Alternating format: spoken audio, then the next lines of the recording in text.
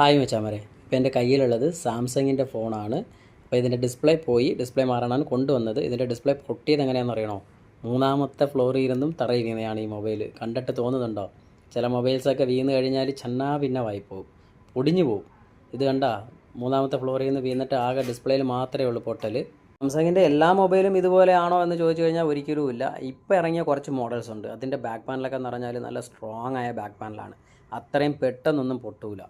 അപ്പോൾ ഫ്രണ്ടിൽ ഇതിങ്ങനെ വാക്കില്ലാതെ മൂല കുത്തി വീണുകൊണ്ടാണ് ഇതും പോയത്, അല്ലെങ്കിൽ വലിയ ഡാമേജ് ഒന്നും വരാൻ ചാൻസസ് ഇല്ല.